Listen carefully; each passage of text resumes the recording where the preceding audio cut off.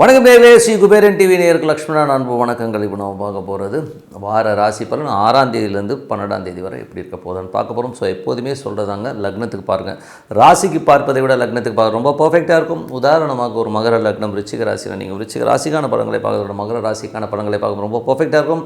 முதல்ல வர்றது பொது பலங்கள், அதுக்கப்புறம் வர்றது தசா புத்தி பலங்கள். உங்களுக்கு என்ன தசா புத்தி அந்தரங்கள் வருதோ அதை மிங்கிள் பண்ணி பார்க்கும்போது ரொம்ப பர்ஃபெக்டாக இருக்கும். வீடியோட என்ன டிப் ஆஃப் த வீக் இருக்குது மறக்காமல் பாருங்கள். சிம்மராசி. ஸோ சிம்மராசிக்கு வந்து பார்த்தீங்கன்னா உங்களது ராசியாதிபதி சூரியன் வந்து 5ல் இருக்கார். அதுவும் 5லேருந்து சுக்கிரனுடைய சாதத்தில் ரொம்ப சிறப்பான பலங்கள்.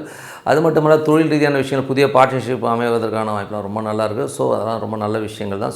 சூரியன் போதே உங்களுக்கு வந்து அந்த சுக்கிரன் 7ல் இருக்கும்போது நல்ல பலன்களை கண்டிப்பாக கொடுத்துரும். நல்ல கம்யூனிகேஷன் துறையில் இருக்கவங்க, ஆன்லைன் வியாபாரம் பண்ணுறவங்களும் நல்ல வளர்ச்சி கிடைக்கிறதுக்கான வாய்ப்புலாம் ரொம்ப சிறப்பாக இருக்குங்க. ஸோ அது ஒரு நல்ல விஷயம் தான். பட் இருந்தாலும் வந்து வெளியில் பின்னாடியில் வந்து கொஞ்சம் கேவலம் பேசுவாங்க. ஏன்னா வந்து அது அவிட்ட நட்சத்திரத்தில் போகும்போது கொஞ்சம் வந்து பின்னாடி பேசி புறம் பேசுவதற்கான விஷயங்கள்லாம் கொஞ்சம் இருக்கும். அதில் மட்டும் கொஞ்சம் கேர்ஃபுல்லாக இருந்துக்குங்க. அதுக்கப்புறம் பார்த்திங்கன்னா உங்களுக்கு 2 மற்றும் 11ஆம் அதிபதியான புதன் வந்து பார்த்திங்கன்னா உங்களுக்கு 5ல் இருக்கார். அதுவும் கேதுவுடைய சார்பில் குழந்தைகள் விஷயங்களும் கொஞ்சம் நெருக்கடிகள், கொஞ்சம் வெடுக்குன்னு பேசுகிறது, கொஞ்சம் எடுத்தறிஞ்சு பேசுறது. ஒன்று நீங்கள் பேசுவீங்க, இல்லை உங்கள் குழந்தை பேசும். ஸோ அந்த மாதிரி விஷயங்கள் நடப்பதற்கான வாய்ப்புலாம் ரொம்ப கவனமாக இருக்கணும். ஸோ அது கொஞ்சம் கேர்ஃபுல்லாக இருந்துக்குங்க.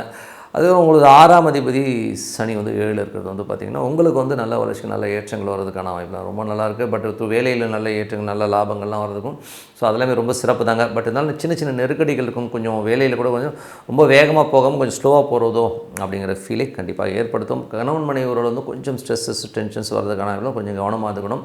ஏன்னா வந்து அது 8ஆம் அதிபதி சாதத்தில் இருக்கும்போது தேவையில்லாத ஒரு மனக்குழப்பங்களை ஏற்படுத்தி அது கிளியர் பண்ணும். ஸோ அது வந்து பண்ண முடியாது.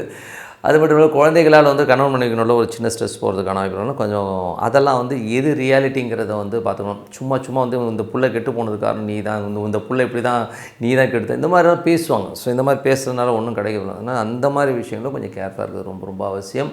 ஸோ கொஞ்சம் பார்த்து நடந்துங்க. அதுக்கப்புறம் பார்க்கும்போது உங்களுக்கு வந்து சிம்ம ராசிகளுக்கு வந்து பார்த்திங்கன்னா அந்த 10ஆம் அதிபதி. ஸோ 10ஆம் அதிபதி வந்து பார்த்திங்கன்னா சுக்கிரன். ஸோ 10ஆம் அதிபதி சுக்கிரன் வந்து பார்த்திங்கன்னா உங்களுக்கு வந்து 7 இருக்கும்போது தொழில் ரீதியான விஷயங்கள் நல்ல ஒரு ஏற்ற நல்ல லாபங்கள்லாம் வரதுக்கான வாய்ப்புலாம் ரொம்ப நல்லா இருக்குங்க. ஸோ அதெல்லாம் வந்து ரொம்ப சிறப்பான விஷயங்கள்.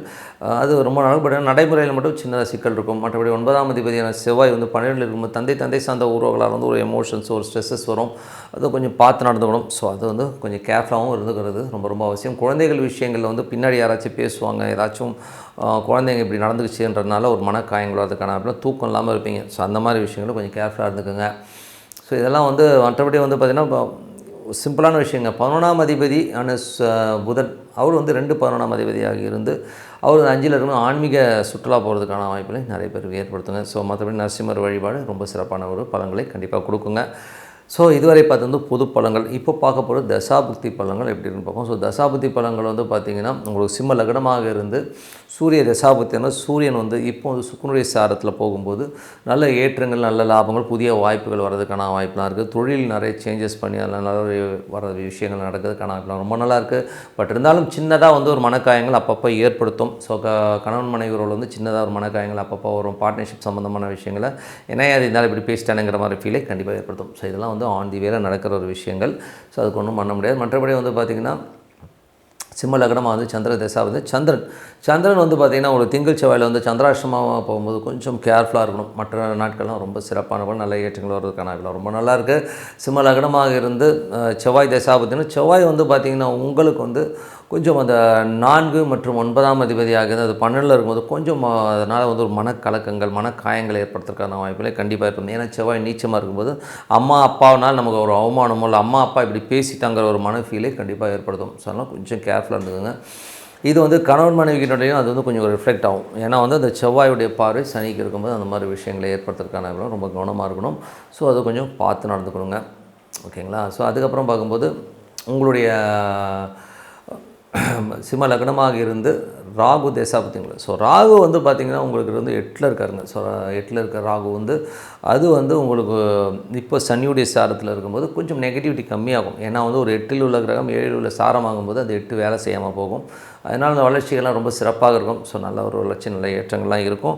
பட் 6ஆம் தேதி கணவன் மனைவி உறவில் மட்டும் ஒரு சின்னதாக ஒரு சலசலப்புகள் கண்டிப்பாக இருக்குங்க. ஸோ அது ஒன்றும் பண்ண முடியாது. அதுக்கப்புறம் சிம்ம லக்னமாக இருந்து குரு தசாவதும் குரு வந்து பார்த்திங்கன்னா உங்களுக்கு வந்து 5 8ஆம் அதிபதியாக இருந்து அவர் வந்து 10ல் இருக்கும் தொழில் ரீதியான விஷயங்களில் அகலக்கால வைக்காமல் இருக்கணுங்க. ஸோ ஏதாச்சும் பெருசாக வருது ப்ராஜெக்ட் நான் பெருசாக பண்ண போகிறேன்னு சொன்னீங்கன்னா மாட்டிக்கிறதுக்கான வாய்ப்பில் ரொம்ப கவனமாக இருக்கணும்.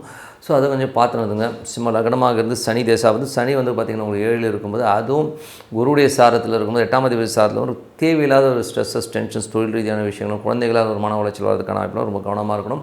கணவன் மனைவி உறவில் வந்து கொஞ்சம் கேர்ஃபுல்லாக இருந்துக்கும். ஏதாச்சும் குழப்பங்கள் இருக்கும். ஸோ அதனால் அதெல்லாம் வந்து கொஞ்சம் பார்த்து நடந்துக்கு நல்லது. மற்றபடி வேலையில் வந்து பார்த்திங்கன்னா நல்ல ஏற்றங்கள் நல்ல லாபங்களோ அதுக்கான வாய்ப்பு ரொம்ப சிறப்பாக இருக்குது. பட் இருந்தாலும் உள்ளுக்குள்ளே வந்து ஒரு மன பயங்களோ மனசில் வந்து ஒரு கொஞ்சம் சின்ன நெகட்டிவிட்டி வந்து போகிறதுக்கான வாய்ப்புலாம் கொஞ்சம் கவனமாக இருந்துக்கணும். அதுக்கப்புறம் பார்க்கும்போது சிம்ம லக்னமாக வந்து புதன் தசா வந்து புதன் வந்து பார்த்திங்கன்னா ஒரு 2-11ஆம் அதிபதியாக இருந்து அவர் வந்து 5ல் போகும்போது நல்ல விஷயங்கள் நல்ல ஏற்றங்களாகவும் ஆன்மீக சுற்றுலா போகிறதுக்கான வாய்ப்புலாம் ரொம்ப நல்லாயிருக்கும். ஸோ சிறப்பான ஒரு பலங்கள்லாம் கண்டிப்பாக ஏற்படுத்தும்.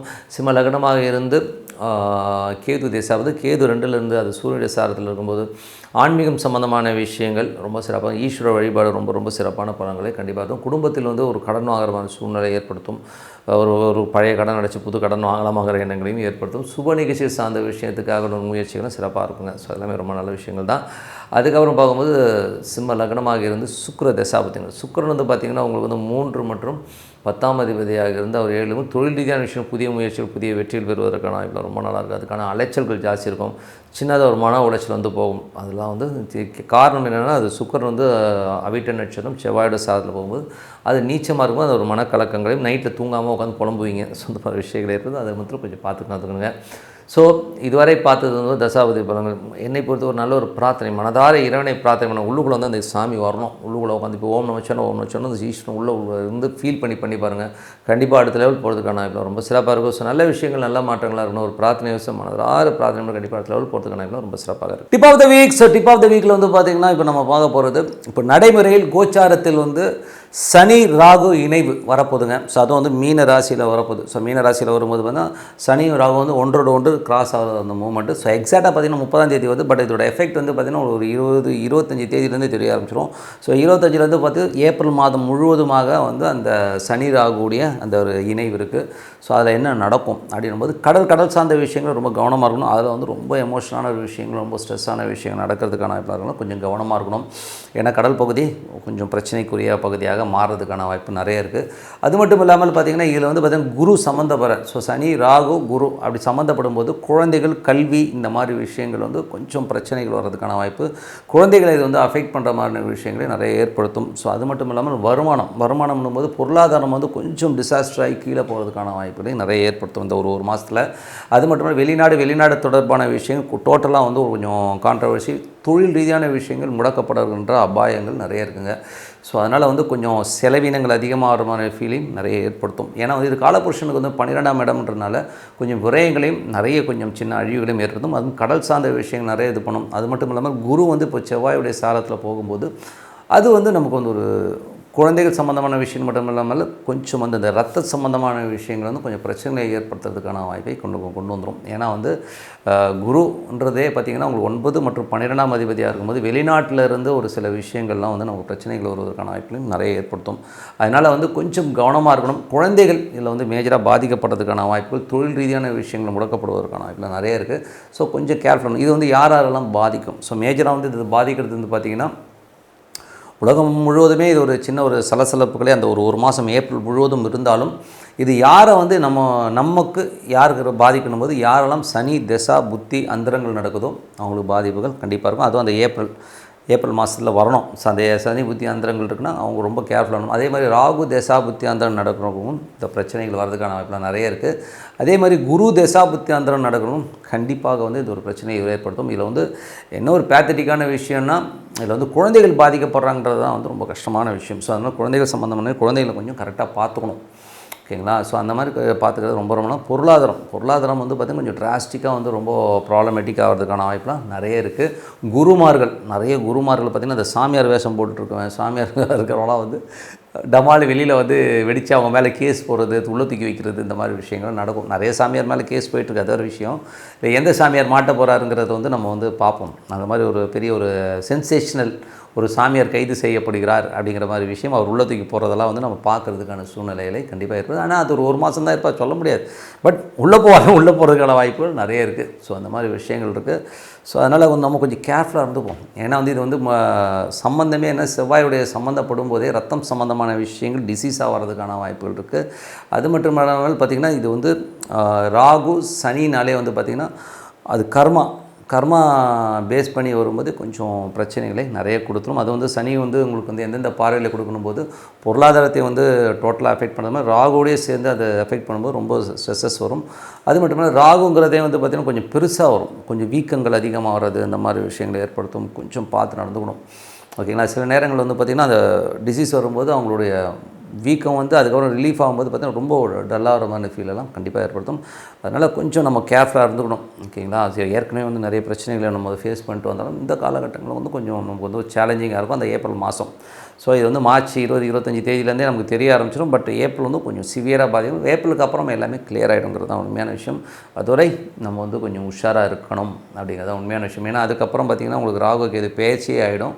பேச்சியாக இந்த பக்கம் வந்து சனி அந்த பக்கம் போயிடும். ஸோ இது ரெண்டும் கிராஸ் ஆகிற அந்த லிமிட் பயங்கரமான ஒரு எமோஷன். பட் இதோடைய பாதிப்பு கண்டிப்பாக அடுத்த ஒரு 3 மாதங்களுக்கு இருக்கும். அதாவது உங்களுக்கு அந்த ஏப்ரலில் இருக்கிற பாதிப்பு வந்து ஒரு எப்படி இருந்தாலும் ஒரு மே ஜூன் வரை வந்து அந்த பாதிப்பு அந்த ஷேக் இருக்கும். அது ஒரு ரெகுலர் லைஃப் வந்துடும், அவ்வளோதான், ஓகேங்களா. ஸோ அதனால் கொஞ்சம் உஷாராக இருந்துப்போம். ஸோ நல்லதே நடக்கும். நம்ம வந்து இப்போலேருந்தே வந்து கொஞ்சம் அலர்ட்டாக இருந்துக்கிறது ரொம்ப ரொம்ப நல்லதுன்னு சொல்லிட்டு உங்களிடம் விடைபெறுவது உங்கள் லட்சுமி நாராயணன். நன்றி, வணக்கம். ஸ்ரீ குபேரன் டிவியை பார்த்தமைக்கு நன்றிகள். மேலும் இது போன்ற தகவல்களை தெரிந்து கொள்ள ஸ்ரீ குபேரன் டிவியை சப்ஸ்கிரைப் செய்யுங்கள். மறக்காமல் பெல் ஐக்கானை கிளிக் செய்யுங்கள்.